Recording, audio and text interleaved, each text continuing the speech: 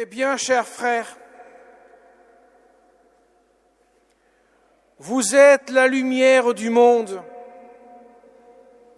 De même que votre lumière brille devant les hommes, alors voyant ce que vous faites de bien, ils rendront gloire à votre Père qui est aux cieux, nous dit Jésus dans l'évangile de ce dimanche. Mes chers amis, tout d'abord deux choses. Vous êtes la lumière du monde, dit Jésus. Et puis nous verrons dans la seconde partie que votre lumière brille devant les hommes. Et Jésus dit dans l'évangile de Saint Jean, « Moi je suis la lumière du monde, dit le Seigneur. Celui qui me suit aura la lumière de la vie. » Nous sommes la lumière du monde dans la mesure où nous puisons à la lumière qu'est le Christ. Effectivement, Jésus, il vient éclairer les ténèbres de nos cœurs. Il est né dans la grotte de Bethléem, dans la nuit de Noël, que nous fêtons au moment où les jours commencent à se rallonger pour signifier que cette lumière vient briller dans les ténèbres de nos cœurs. Et les mages ont suivi l'étoile qui brille dans le ciel pour venir à la crèche, se prosterner et adorer la lumière du monde. Celui qui rend la vue aux aveugles, celui qui guérit les paralytiques, les estropiés, les sourds et les muets, il est celui qui vient faire resplendir la lumière du Dieu dans le cœur des hommes. Et en brûlant à la lumière du monde qu'est le Christ, nous devenons lumière du monde, dit Jésus. Vous êtes la lumière du monde. Autrement dit, la première démarche que Jésus nous invite, c'est de nous laisser éclairer par la lumière qui brille dans le cœur de Dieu, éclairée par le feu de l'amour de Dieu. C'est une invitation, bien sûr, à une conversion de notre cœur, en nous débarrassant du fardeau du péché pour laisser notre cœur saisi par le Christ.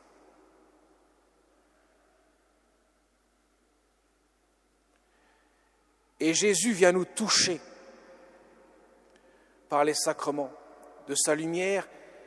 Lorsque nous sommes baptisés, nous recevons cette lumière de Dieu qui vient briller dans nos cœurs. Le cierge que parrain, marraine tiennent au nom de l'enfant lors du baptême le signifie.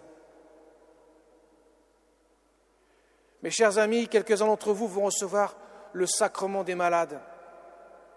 Le Christ va venir briller de sa lumière dans votre cœur, lui qui a porté le fardeau des souffrances, conséquence des péchés des hommes. Et dans le sacrement des malades, il vient commencer par guérir notre cœur du péché. Dans la formule d'ailleurs que le prêtre prononce, il le signifie très bien. Afin que notre cœur guéri de nos péchés puisse briller de cette lumière. Et cela fait par cette imposition de la main et l'onction de l'huile des infirmes que le prêtre fait sur le front et sur les mains de ceux qui le reçoivent. Ainsi le Christ vient toucher dans votre chair, par le sacrement des malades, votre cœur, pour que vous puissiez vous laisser brûler à la lumière de Dieu. Mais Jésus dit bien aussi, il ajoute, vous êtes la lumière du monde, mais attention que votre lumière brille devant les hommes. Et ça veut dire quoi, briller devant les hommes? Ça veut dire évidemment vivre les commandements du Seigneur, à commencer bien sûr par le seul et unique commandement que Dieu nous laisse, que Dieu nous donne, qui en donne sens à toute notre vie, à tous les actes de notre vie, à savoir la charité, l'amour de Dieu avec lequel nous aimons les autres. C'est cela que Jésus nous appelle, car nous ne pouvons pas accueillir la lumière de Dieu si notre cœur reste fermé un tant il n'est soit peu envers notre prochain. La croix du Christ comporte 2 poutres et les 2 sont nécessaires. La poutre verticale, plantée dans la terre, qui va porter la poutre horizontale sur laquelle le Christ va étendre ses bras. La poutre verticale, c'est la réconciliation, c'est la lumière de Dieu qui descend dans le cœur des hommes, qui vient implanter son règne dans nos cœurs. La poutre horizontale, c'est celle qui nous conduit à laisser vivifier notre cœur de cet amour pour aimer notre prochain. Autrement dit, vous avez les 2 poutres dans la lumière des hommes et que votre lumière brille devant les hommes. Et le Christ est attaché, cloué sur ces 2 poutres. Maintenant, ainsi, la réconciliation qu'il vient opérer par son corps, son âme humaine, qui devient l'instrument du salut entre Dieu et les hommes, ainsi qu'entre les hommes eux-mêmes. Voilà pourquoi Jésus a laissé ce commandement nouveau. La poutre horizontale demande la poutre verticale. On ne peut pas l'avoir sans cette poutre verticale. C'est pour ça que la charité, ce n'est pas seulement aimer ses frères avec l'amour de mon cœur, avec les sentiments, l'affect et tout ça, c'est insuffisant. Aimer de charité, c'est aimer avec l'amour que Dieu me donne dans mon cœur pour que je puisse aimer de cet amour-là mes frères. Ce qui veut dire que c'est un amour de volonté et non pas un amour de sentiment. Voilà ce que Jésus nous enseigne dans l'Évangile. Voilà ce qui veut dire quand votre lumière doit briller devant les hommes. Parce que, voyant ce que vous faites de bien, dit Jésus, ils rendront gloire à votre Père qui est aux cieux.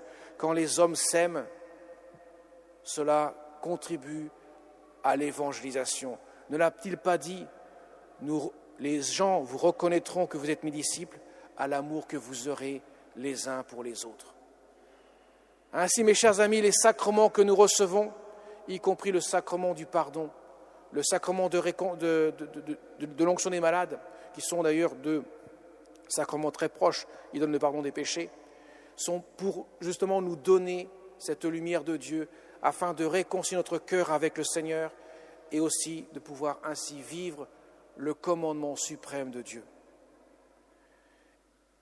Et couronnant tout cela, notre Mère du ciel au pied de la croix, celle qui s'est vue investir de cette mission auprès des hommes, celle qui a reçu en quelque sorte cet ordre de son Fils. Femme, voici ton Fils. Elle est là pour nous accompagner. Elle est celle qui adoucit les cœurs. Elle est celle qui nous conduit par sa prière d'intercession inlassable au cœur de Jésus. N'a-t-elle pas dit à la Salette, pleurant de ses larmes chaudes de son corps, « Le poids de vos péchés est tellement lourd que cela m'appesantit. Je retiens le bras de mon Fils. Convertissez-vous, changez vos cœurs. » Alors demandons à notre Mère du ciel, elle qui vient nous proposer sa prière d'intercession à chacun d'entre nous, demandons-lui de nous aider à toujours puiser à la source de la lumière des hommes qui vient briller dans les ténèbres de nos cœurs. Amen.